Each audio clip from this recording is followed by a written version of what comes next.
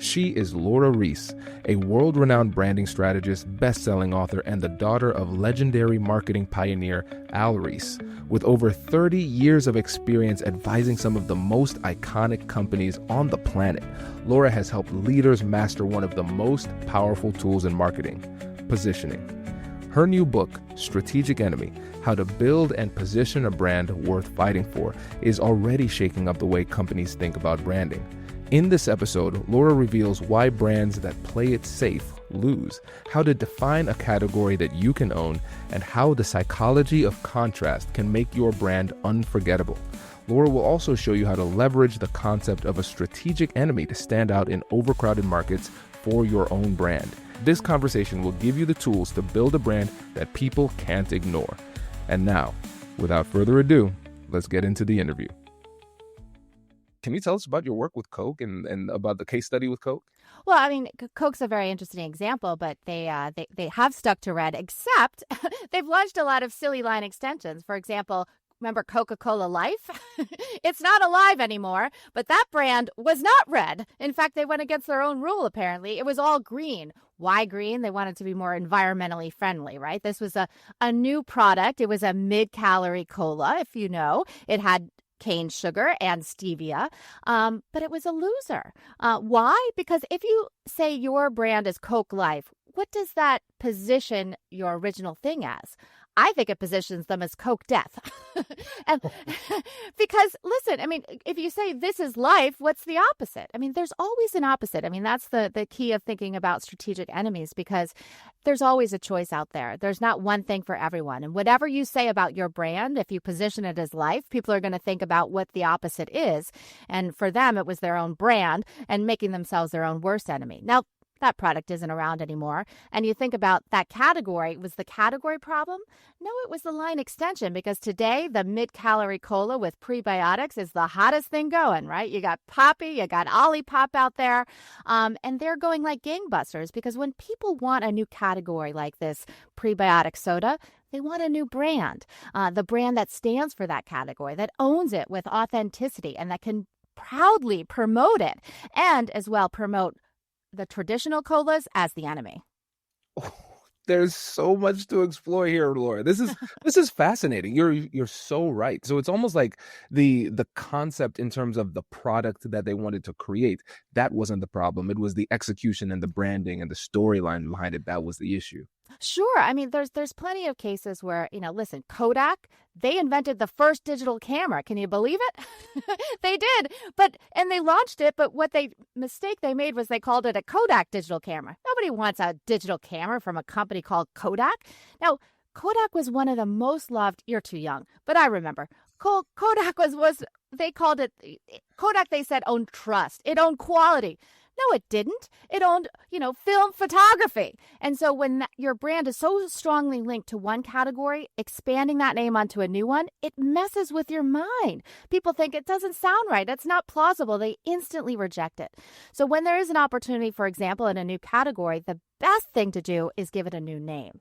Look, what did Gap do? They wanted a lower cost, fashionable type brand. They didn't call it Gap Warehouse, which they initially considered. They called it Old Navy. And today, Old Navy is leading the whole company because that category is going like gangbusters. I think a lot of people just realized, oh my gosh, they're the same company. No, that's the thing. I mean, listen, people buy a Lexus, despite the fact it's owned by Toyota. The strongest companies in the world are multi-brand companies, not trying to put one name on everything. That's so last century, right? The IBM everything. That isn't the way of the future. The way of the future is new brands for new categories. That's what Apple did. They had the iPod, they have the iPhone, the iPad, the Macintosh, a brilliant strategy, each individual. But also what's really cool about Apple is that they unify the company with what I call a visual hammer. It's a visual that visually and emotionally communicates your brand power. And for Apple, I mean, great brand name, right? Totally distinguished themselves from the trash 80s and all the techie type computers, initially back in the home computer day. Very, very strong identity for them and unifying it under one thing. The other thing, and I got to give, shout out to Coke because they are a great company and they do so many things right. But I just love picking on them for Coke Energy and Coke Coffee and some of the silly things they did. But what they have done today is, first of all, great visual hammer that, what is it? The contour bottle, right? That symbolizes that it is the real thing. It is the one that pioneered Coke, the category of cola. And they use that on everything today. Not only that, recently, with, diet, but more importantly, the Coca-Cola Zero, they've united regular taste of Coke and the Zero product into one color, one red, beautiful package that this is, unifying together against all the other enemies of waters and energy drinks. They have to come together to fight them. And I think that is a very strong message, because you don't want to show off that you're drinking a diet product or a Zero. No one wants to be a Zero. They want to say, I'm drinking the real thing. It just happens to be without sugar today. Brilliant. Yeah, that makes a lot of sense. And we're seeing that continuity too, without feeling the need to label everything the same way. I like the example from Apple. They all the branding, they're just perfect in what they do, usually when it comes to branding. But, they haven't always been a winner. I mean, listen, one very interesting example is Apple Music. Do you have Apple Music? I don't. I have Spotify, right? Apple, invented the iTunes and the 99-cent song, and it was fantastic. But what happened? Spotify came out with a new category they pioneered. For $9.99 a month, right? You can have any song you wanted. What a wonderful idea. Apple was late to the game to counteract that. And, today they are not a big leader in music. And in fact, the iPod has been killed. It's rest in peace. Back in the early 2000s, they called it the gadget of the century. I think it was a bit premature, don't you? A wee bit. But, not so sad for them, because I think maybe iPhone could perhaps, take the reign of the gadget of the century for sure. Yeah, not a bad, like an option. Well, the iPhone, think about it, such a great example, because, it is about, they weren't the first cell phone, but what they said was it had internet connectivity. And they didn't just say it was internet. A lot of companies were mulling around with this idea, but they gave it a very good category name. They said this was a smartphone. And what did that do? It instantly set up the enemy, and it repositioned them as dumb phones. And Nokia at the time was, leading the world. I mean, Nokia was a cell phone. But instantly, Nokia is a dumb phone, and now who has a Nokia? Nobody, right? Smartphone is the leading dominant category, and they're not always, they don't have the entire market, because there's always an opportunity for an alternative. Some people want Apple, but there's quite a few people, actually more than have Apple, have an Android, and they didn't call it, the Google system. They bought a small company, and they used that name Android with a great visual hammer, that little green robot, to remind us that they're the open source cell phone, and they today dominate the world market. One word that you've been mentioning a couple of times that I don't want us to gloss over is the word category. Yeah. Because when you say the word category, I think you're meaning something different from the average person who doesn't spend their entire life dedicated to branding. Oh yeah. I was indoctrinated to the positioning theory at a very young age. So nightly dinners, I got the speech. So absolutely, let's go back to the basics. So what positioning and branding is owning an idea in the mind, and most important, it has to take it into account, not what you want to say, but what the prospect is willing to believe.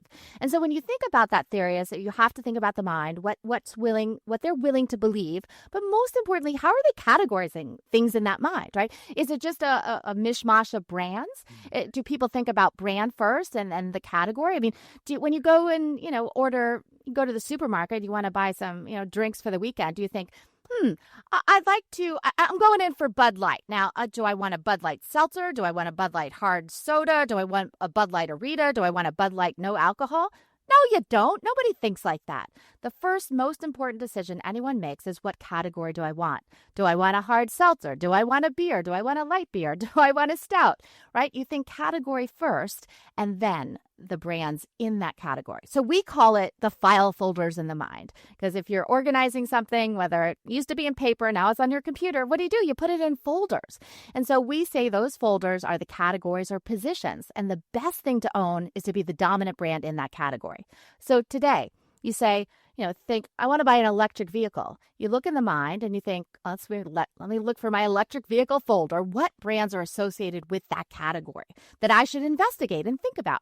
Now, of course, today, the top brand is Tesla because they pioneered it, right? For many years, they were the only one out there. Today, they have some competition, and you got Elon Musk doing crazy stuff. But, for the most part, whether they buy a Tesla or not, everyone will at least consider them. And so thinking about the category is what category is our brand most associated with, dominating category, but also the danger of putting one brand on multiple categories, as I mentioned, messes with the mind. The best strategy is new brands for new categories. Unbelievable. I for me as an entrepreneur, you are solving several problems at one time. And I love entrepreneurs. It is so exciting because they've got balls and they've got courage. And those are two things that not every big company has, because big companies fall in love with their brand. It's one reason why they do these crazy line extensions, like, say, Coca-Cola Energy sounds great at the company, or, Bud Light or Rita sounds great at the company, because they're so in love with the brand. They think the brand name is the magic. It's not. It's the category that's the magic. And, again, that falling in love with your brand is so, so dangerous.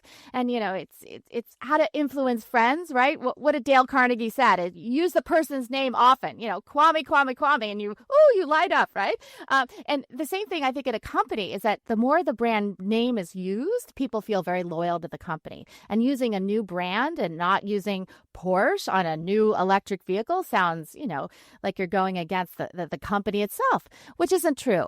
The best thing long term are those multiple brand strategies, as I mentioned. Now, for individuals, how does this apply to them? Because I think now more than ever, we have to pay attention to our personal brands. Yeah, And absolutely. sometimes people can tune out when they hear this apply to big companies. But I Yeah. know this magic still works for individuals too. Yeah, well, I mean, you must think of yourself as a brand. I mean, you're silly not to. And from at the very start, what's your name, right? Now, names are always need to be thought about in relation to who you're going against. Like, how do John Smith is a very simple name, and simple names are great, but it's not very distinctive, not very memorable. So being able for your name to stand out, to be easy to say and remember is very important. But also, more importantly, a name is not a name unless you think about what that category is. So what can you be, what's your specialty? What's your focus? What do you want to be known for? It doesn't have to encompass everything you do. I think that's that's a mistake people think. They say, if I say I'm just really good at positioning, does that mean I'm not good at, writing slogans? No. I mean, there's multiple layers, but you can only hope that people remember one thing about you. You've got 5 seconds to make an impression. How are you going to do that? And that's why what you look like matters. And when I say look like, I don't mean how pretty you are, what your hair thing is, but the consistency of your look. You'll see today I'm wearing red. That's my color. You have Steve Jobs. What did he wear? A black turtleneck. Now that, it was his uniform. It set him apart. He was different. And he made it into that was why he was such a genius, right? And thinking about the simplicity of not just his technology, but he applied it to himself and he embodied that look. What's funny is that Thornos lady, right? She wanted to be just like Jobs, so she dressed in a black turtleneck. That's not going to do it. You can't just put on somebody else's outfit and expect people to think you're Steve Jobs. You got to have your own outfit. Jensen Huang of NVIDIA, he wears a black leather jacket, and he has for 20 years.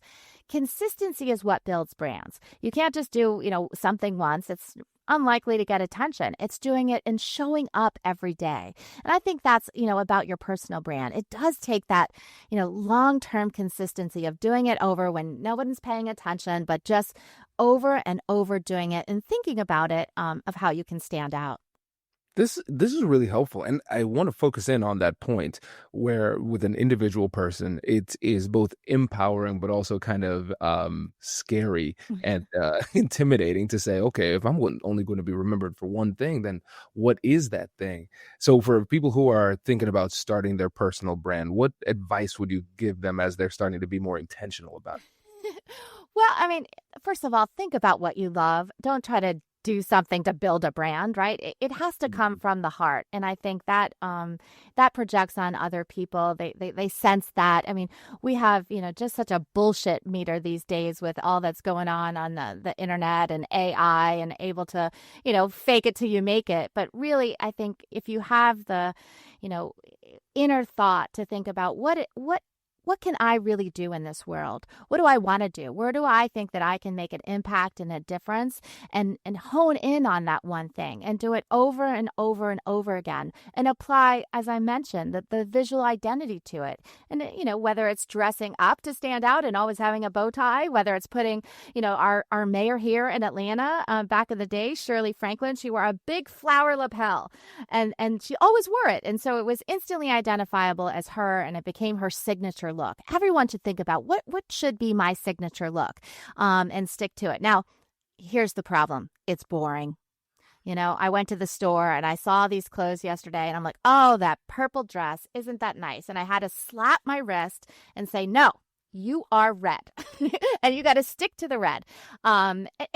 It's same for personal brands, and companies get in trouble with this too. It is a bit boring to stay focused, to say no. That's another big idea for companies, for people. Say no to things that aren't, within the focus of what you want to do and stand for. Put up those parameters, put the line in the sand. And that's very important for entrepreneurs and the way many big companies are built by saying no to something. I mean, Southwest saying no to, first class.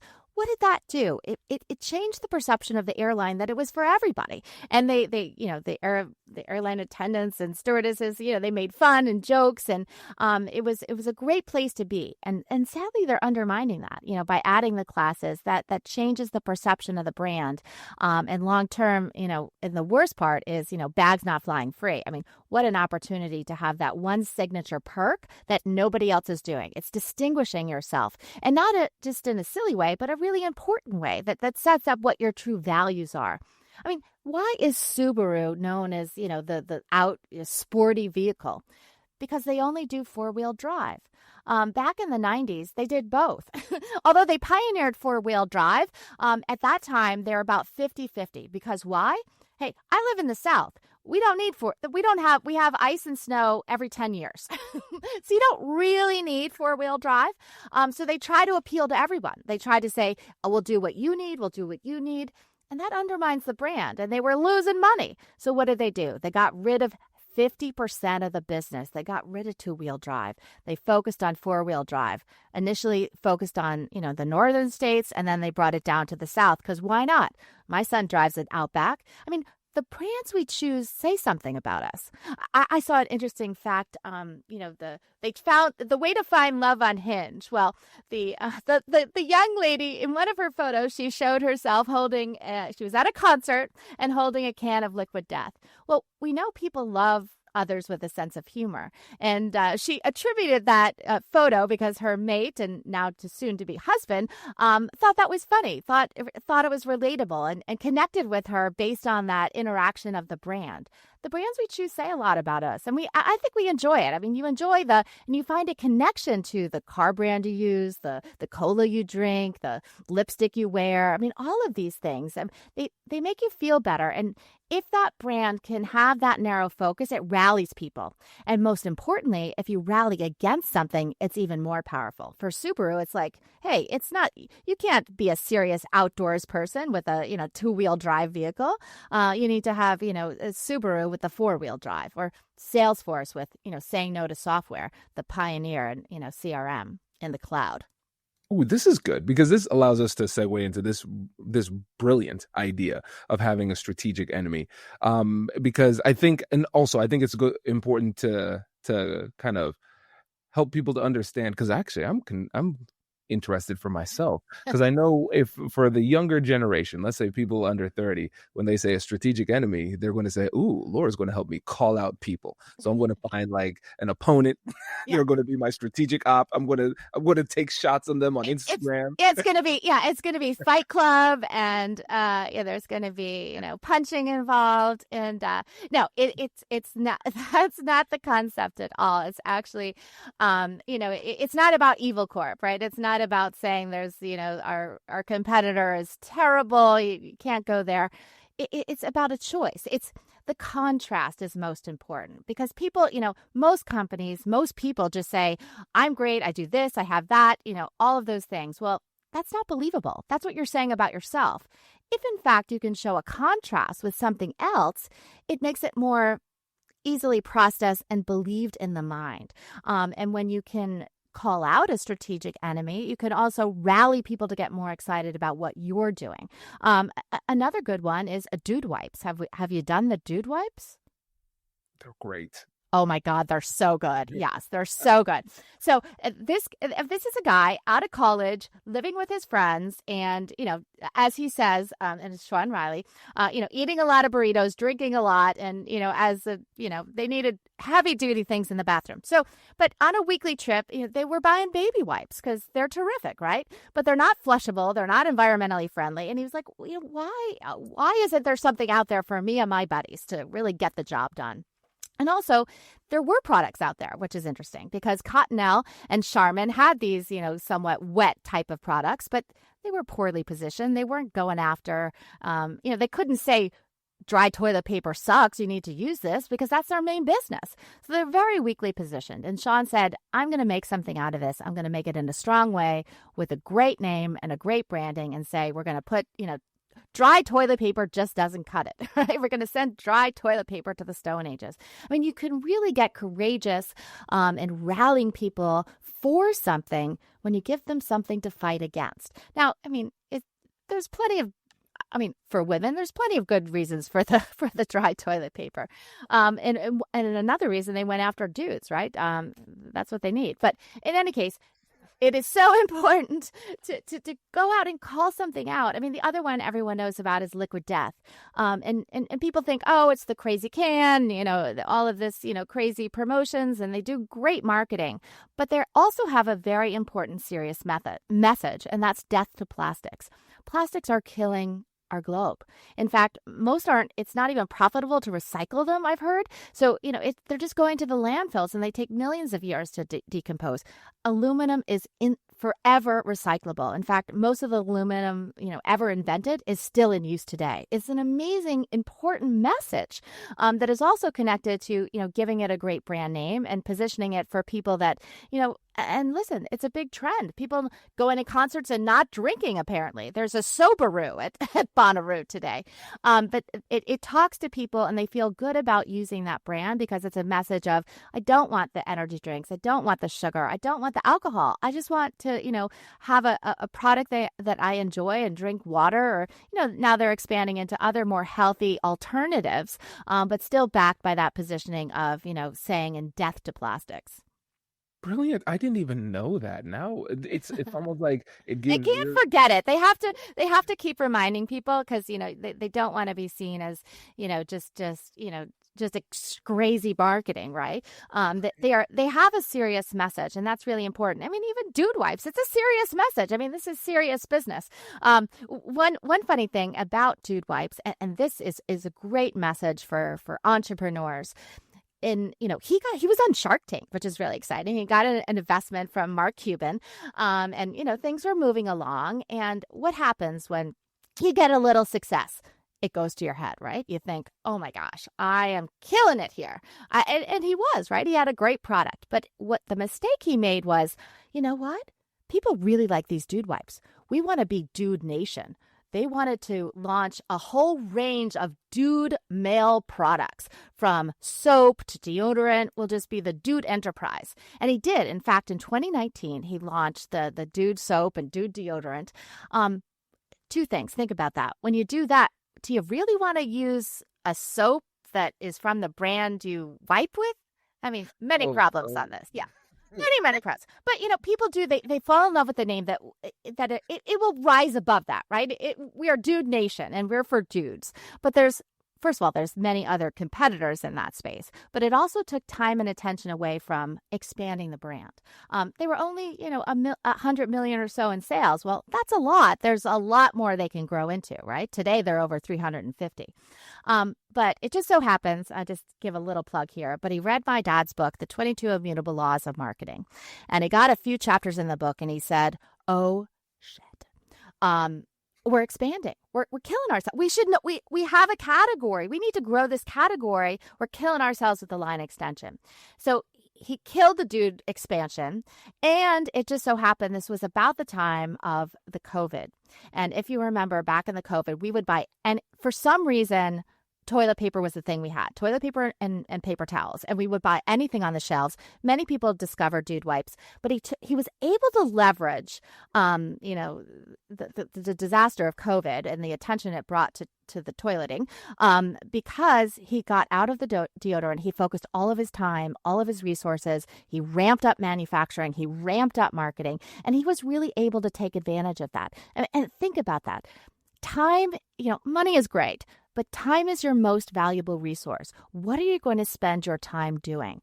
And when you have a big opportunity like that, to make the most of it, by having that narrow focus, by being there, being prepared, and being able to ride the dude wipes wave. And I love, he's got when you have a narrow focus, you can think of funny things to do or serious things. But for them, they've got the Mini Cooper car. They call it the Mini Pooper.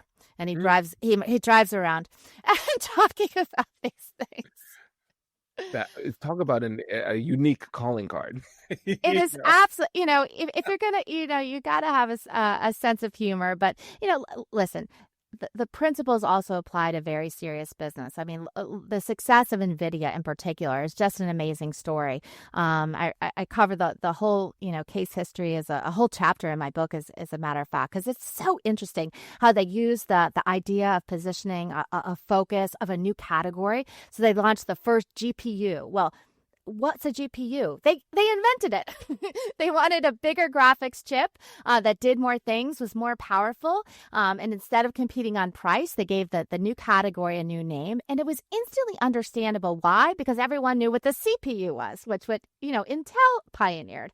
And so when you can give a category a name like that, something where it relates to something people already know, it's much easier. That's where you have, wet toilet paper versus dry. You've got the GPU versus the CPU. But also what they did was what today they are known for the AI, right? But using that GPU, it's also very good at the parallel processing, which is what the AI is all about. And so they were the pioneer. They started at the very beginning when everyone said they were crazy. Their stock price in 2012 was tanking, but they had vision. And that's what entrepreneurs, that's what the most successful people have. They have the vision to see the future, and then also the courage to double down on it, to have the faith that, maybe today everyone's not going to say I'm great, but I have a very strong conviction, and I'm going to do everything I can to, again, stay focused, maintain, and repeat. The most important principle of building any brand is the consistency of the message, of BMW saying the ultimate driving machine, right? For over 30 years. Over time, actually, when you repeat something, it becomes more believable. You got to study the brain to truly understand and best utilize branding and marketing, because absolutely visuals have emotional power, and the repetition of verbal ideas, they make them more powerful and believable over time. Let's talk about the brain, because I think when people can understand the psychology, those mechanisms that are driving these branding decisions, it helps them to feel a lot more confident in them and feel that courage to double down and actually plant their flag in this way. So when it comes to psychology, what do you think it is about the psychology of branding and marketing that people don't understand that holds them back the most? Well, I think most people are they're very focused on themselves and what they want to say. Right. And that's human nature. Right. I mean, and they believe, we've got a really great product if people would just listen. Right. But instead of saying, just forcing the idea, I think thinking about in the mind, where's that open hole and what can we relate it to so it makes it more understandable? Because sometimes these revolutionary ideas are difficult to understand. But if you break it down into simple, a simple formula, a simple mechanism. Listen, you have a dog? Me? Yeah. No.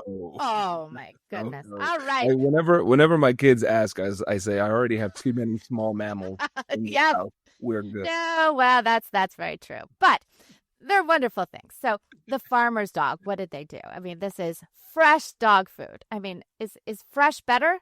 I don't know, but probably, of course, fresh is better. I mean, people are supposed to eat fresh, wholesome foods. Why would you feed your dog processed food every day of its life? You're going to shorten the longevity, and they call the enemy brown burnt balls. I used to think that was the healthiest thing. I didn't feed him canned dog food. I thought all the healthy so-called brands were dry food. I didn't think about it until they reminded me that that's processed. It's a bunch of processed stuff in there.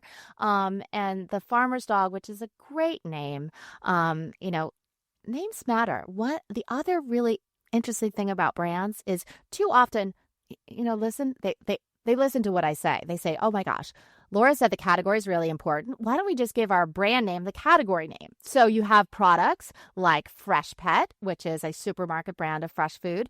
You have Lyft. Do you take a Lyft? If someone says you want a Lyft, I say, I'll have an Uber, thanks.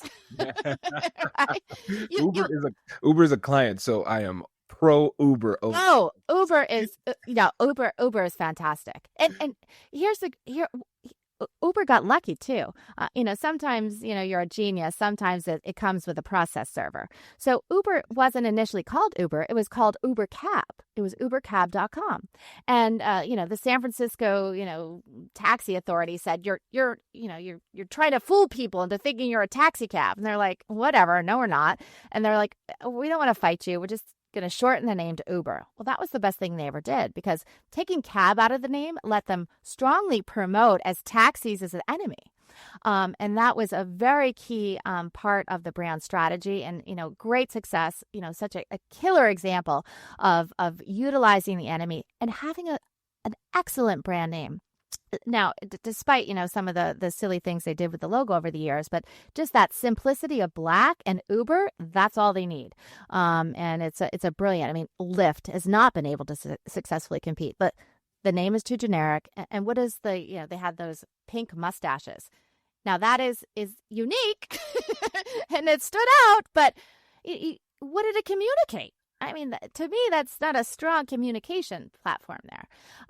But over, you've got lots of examples from, the old one, but oldie but a goodie was, Miller Light Beer, right? They try to position it, and many companies do this with an alternative spelling, right? Lyft is Lyft, right? Lite for beer. But, if the problem is, while it looks great on paper, that's not where the brand lives. The brand lives in the mind. And in the mind, it's a sound. And Light is the same as Lite in the mind because the sound is exactly the same. The better direction is to give yourself a strong brand name than has a generic, if you will, category name to reinforce it. Oh, explain that because I that is a nuance that I think a lot of people could miss, that last part. Yeah, sure. Of course, the idea being that your brand name long term wants to stand for the category. And as a result, you want it to be differentiating from everybody else. You can't own a generic name like Light because what happened? Bud Light came out, Coors Light came out, and all of a sudden it had to be Light from Miller. It was no longer a singular name or idea. And so if you can, think about your brand name long term is very important, but you need that, very generic category name as well as the brand name. Another great one is, the hard seltzers, right? This wave took off, billions of dollars and was started by what? White Claw. Now, interesting backstory. This was a brand from Mike's Hard Lemonade. So they saw an opportunity. People were, wanting to cut down on sugar, cut down on carbs. So they launched a new brand, but it was a simple category. It was, hard seltzer. What's interesting is they weren't first. Spike Seltzer was first. But the name is too generic. That's a great category name, but it doesn't allow for that uppercase name. To if you say, have you had a spike seltzer to your friend? What kind of spike seltzer? Long term, every category is going to face competition. So unless your name is right, unless your visual is strong, unless your communication strategy and what your slogan, your battle cry is strong, it's going to be very difficult to compete against the enemies that you're going to face. White Claw did a great job. They were in cans. They forgot the bottles, right? And that they didn't coin this, but a lovely guy on the YouTube did. But there ain't no laws when you're drinking the claws, and that's the way the kids, were talking about him in the early days. And the police didn't like that very much, but there's always an opportunity for the drink for the new generation, right? When I was in college, everybody drank beer. Today I've got one out of college, one in college, and it's all about these White Claws, and they do like having a brand for their generation, for them. I mean, even you see in energy drinks, the kids today are drinking what? Celsius. It's more of a fit lifestyle. It's both male and female. It's welcoming to all, and they see what Monster and Red Bull is what their parents drank, which as we all know, if you have kids, not very cool to do what your parents did. It's so funny to think about it, because I remember when those brands came out and it was like so cool, and my parents were saying this is so terrible that people are drinking this stuff, and now it's old too. Yeah. Everything ages. Everything gets now. That's not to say that listen, Coca-Cola has been around over 100 years, and as the real thing, it's the original. There's still power in that as long as the category is strong. The success of Coca-Cola as a brand is only as strong as the cola category itself. Now, it does have advantages. Back in the early 1900s, orange soda was a big hit. Apparently, I wasn't there, but it's a one note flavor. There's only so much orange soda you can drink. Coca-Cola it's more like a wine. It has multiple flavor notes, which allows people to enjoy it more and drink it, as opposed to you can only have one orange soda and you're done. That's so it. There's so much to consider when it comes to making these brands. Oh, and it's it's an art and science, which is what I think and what gets me excited about working with all these companies. Because, we write about the immutable laws of branding, but it's applying them is you have to really understand the situation, the category, the brands at play, and know what laws to apply when. And that's what makes it fun. That's what makes it interesting. That's what makes it a challenge. Why, not all companies get it right. The best thing you can do is study case histories and, keep up with the news, see what the brands are doing.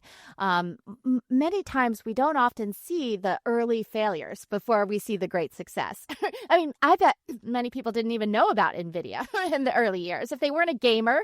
But I mean, I had sons in gaming, so I knew about NVIDIA chips back in the day. But today everyone's now, getting introduced to it as, the AI, computing company of the world. I want to talk about the connection, the nexus between marketing and other types of persuasion, like negotiation and persuasion when we're actually in front of people. Because I've recognized that if you have a really strong brand of your company, but also it applies to individuals, if you have a really, really strong personal brand, it's almost like that brand does a lot of the persuasive work that you otherwise would have had to do in the actual conversation with people if they already are familiar with you and your brand. Can you talk a bit about that, Psych? Well, yeah, no, that's what a brand is, right? It's that idea in the mind that you own, that you stand for. And then so people already have perception is everything. Way too many people are focused on the reality of the situation, of yourself, your brand. It doesn't matter. It's only what the perception is in the mind of the consumer. So first, and I call it the Everest of challenges in marketing, is getting in the mind in the first place. And that's the biggest challenge. I mean, once you're in there, then you have you're known for something, right? You have, if you're going into a negotiation, you're a pre-known entity for good or bad, right? I mean, you're stuck into whatever perception you're in, but you are a known entity. And that's why, we talk a lot about the importance of narrowing the focus and what you did with negotiation, right? I mean, that was what? That was the sharp knife that got you in the mind of the consumer. And that's the first and most important thing. And it also is what anchors you. And if you think about it, I hope you don't ever want to get away from negotiation as a core and central idea of your identity. But think about isn't everything a negotiation? I mean, I think there is lots to say, and when it comes to what I talk about in branding, absolutely, because it is a negotiation is about understanding the differences between the two sides, and the fact that there's a war in many we got the cola wars, the beer wars, brands are at war, and the contrast between them is what gets people energized to support their brand, right? And it gets people excited to understand and the differences. And what I love what you say in terms of negotiation is it is about having respect for the other side, because the same way in marketing, you don't want to trash your competitors. Right. You want to you want to accept what they're doing and say there is a time and a place. Listen, if I am Canva, which I think is one of the greatest companies, right, bringing the ability for anyone to create a logo and a graphics and all of this, but they can't trash talk and in the reverse. But Adobe, I mean, that is the high end, high level, super complicated software for the professional set. And so the contrast between them, and not again, seeing what your size, where there's benefits, where there's not, and to successfully compete against them, we call it a debate.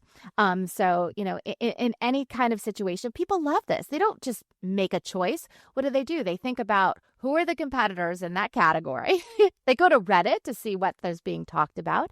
But getting people, word of mouth is, of course, the key driver of getting brands, that respect, of getting the brands, that credibility of, you trust much more what a friend says to an ad you see. I hope so. I mean, I think that's the way most people think. But what the ad does, and this is a very important part of marketing and understanding the process, is that advertising should never be used to introduce an idea. It should be used to reinforce something that they already know. When you see an ad, you should nod your head, yes, I should go buy a Coke. It is delicious. It's the real thing. And too many companies use advertising to expand into other things, to talk about the expansion they're doing, instead of, hammering in that one idea, and reminding people to do that, by using, again, the word of mouth, the PR, talking, what others say about you has much more believability than what you say about yourself. This is so good. I'm running out of space for notes here too. Taking notes, fantastic. I love a good notes. Well, notes are important. Being able to oversimplify your message so somebody can take a note. That's a really important principle if you think about it. And that's what we work with, with companies. Like, how can we oversimplify it so people can tell their friends, can be reminded of it, and to take a note on it. I mean, if you were going to listen to this, what would you write down? I mean, I hope you write down that brands need a focus. When you have a focus, that categories matter more than brands, right? So dominating a category with your brand is the ultimate goal. And then you need an enemy. How can you contrast from, for example, another category? If you're launching a new one, pushing the other category to create the contrast, so what people can more understand what you stand for. Because when you clearly say what you're against, it makes it much more clear what you stand for. Wow, you're so right. You are so right. Laura, I could keep on talking to you forever about this, but I always want to make sure that I give Simone some space, because he listens in and sees parts that I know that our audience will want to know more about. So Simone, any additional follow-up questions coming to mind for you? So once you have your own brand and you realize that everything is wrong, how can you change and not change in front of, or not be perceived as weak by your audience or by your target or your niche? How can you tweak your message or repurpose everything, or how can you frame it so that you don't look like weak? Well, I mean, most people are trying to do too many things and saying too many messages and ideas. I mean, the idea of narrowing a focus, I think, others will see that with strength. I mean, again, if you don't have a brand in the mind, then nobody knows you. So the reality doesn't matter. I mean, if you have a strong perception, it is very difficult to make a radical change, right? I mean, you can't, go from A to B. Kodak couldn't go from, film photography to digital photography. That was just an impossibility. So for a company, you can launch a second brand. Now, for a person, that becomes a little bit more of a challenge. I think making the bridge of narrowing in on the focus and calling out what that future and how it relates to the past can be very effective. But again, so few people think about applying these things to themselves. I mean, I just got on Substack, and I mean, you look at all these names of the stacks, and I'm like, what are you talking about? Just give me a reason to follow you, and maybe I will. Then again, I mean, and the consistency of it. One of the difficulties, as I mentioned, is it gets a little boring to kind of talk in the same vein or on the same topic over and over again. But just remember, not everyone has heard the 85,000 times you said it before. You got to say it again. And they also like to be reminded. I mean, I think there is something, why do people go to church every Sunday? I mean, just to hear the same message over and over again. And so I think with brands, it's the same thing. You go back to that brand because you want to be involved with them. You want to be pumped up to, whether it's Patagonia and, the environment, or whether it's Tesla and EVs. I mean, you feel good about you are doing something. You are supporting an EV company. And that's a message that, other companies like Ford can't do because they're selling everything. They can't strongly go against a competitor. And what I love to do is I love to go to the supermarket. And everyone should, because, looking at what the brands are doing out there, but just remember, they're not all doing it right. You can't always follow what the big guys are doing and girls and companies are doing because they're not always doing it right. You've got to look at those, up and coming and see long term what happens to those brands when they launch things like Coca-Cola Energy. Or one of my favorite examples is Triscuits. I love Triscuits. I go to the store. I mean, first of all, they've got like 28 different flavors. They've got like basil and pumpkin spice, because everything has pumpkin spice. Triscuits? You're kidding me? Now, that's fine. I mean, lots of companies have lots of flavors. But the one product I did notice was Triscuits Organic. Organic Triscuits? I mean, think about that. You can imagine, though, at the company, they're sitting around thinking, well, organic's a big thing. We gotta cover the market. If somebody wants it, we better offer it. And that's inside out thinking, right? And so you got to think on the outside of what, if we put that on the shelf, what is that doing to the mind of the consumer? What is that saying to them? It's saying to them, you're an idiot. We've been fooling you all along. You thought Triscuits was wholesome because it was the original, wholesome whole wheat cracker.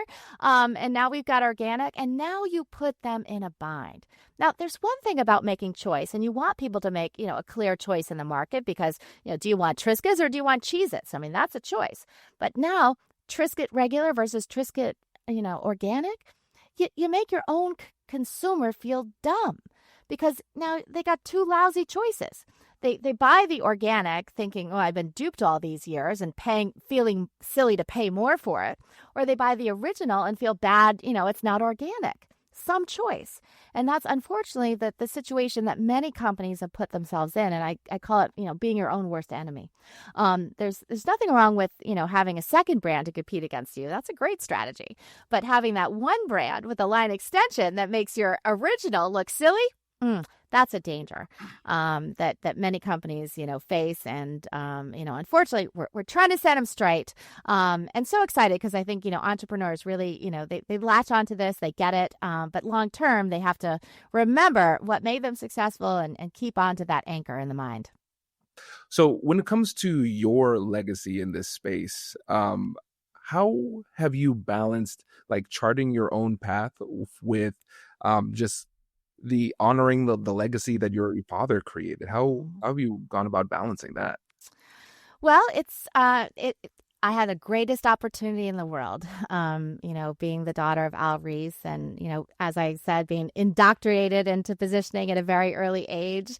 The articles, and it started hitting the scene in the 70s when I was born, and, dinner table conversations were about, we would we would watch the television, the commercials would come on, and my dad would give a sermon as to what they were doing right or wrong. And talking to my mother and I as if we were the company CEOs, we could actually do something. But I was 10. What was I going to do? But here's a very interesting thing. A lot of people want to make it on their own. They want to do, and they don't want to, take any handouts, if you will. I don't think working with my father was a handout. I think it was the greatest opportunity I was blessed to have. And I spent, 30 years. He passed in 2022 at almost 96 years old, and just such a wonderful life of, talking the world. But, I was able to, I think, really take advantage of that. I mean, I like to say that the first 10 years of working with him, I was like the ultimate apprentice. I mean, I was, getting coffee, doing the books, like taking notes. I was just like a sponge soaking up all that it was. It was so exciting. And then, then it was, I was able to speak up more in meetings. I was getting my own confidence. I mean, these things take time. You don't become a guru overnight, and you can't just slap your name on something. I mean, I think I did the hard work of years and years of in the business, with him, and then even guiding him and, in his later years as to, what the newest things that were going on and technology and branding. And now today, having, just the excitement and, courage to take positioning to new heights, to new levels, to face what we're all facing today. And, I think, keeping the core of what my anchor is in terms of positioning, but also bringing new things, new spins. That's what the visual hammer is, the idea I've talked about for many years, and now the strategic enemy of how to best leverage positioning so that you can build, I say, a strong brand that is worth fighting for. If you've made it to the end of this episode, you're now part of our negotiation community. Every conversation, every deal, every tough negotiation shapes the world that we live in. And the more we grow together, the stronger our community becomes. If this episode gave you something valuable, don't let it stop with you. Share it with someone who needs it, a friend, a coworker, or anyone looking to take more control of their conversations, their careers, and their lives. Every time we bring somebody new into this space, we make negotiation a tool for real change. And if someone shared this with you, take a second to acknowledge that. They see you as part of this journey and as someone who belongs in this community. Let them know you appreciate it. This is how we build something meaningful. We do it by looking out for each other. So if you haven't already, join us. Subscribe, stay connected, and help us to grow this movement, because when we become better negotiators, we create better outcomes for ourselves and for others. Hit subscribe and share this with someone, and let's keep building together. I'll catch you in the next one.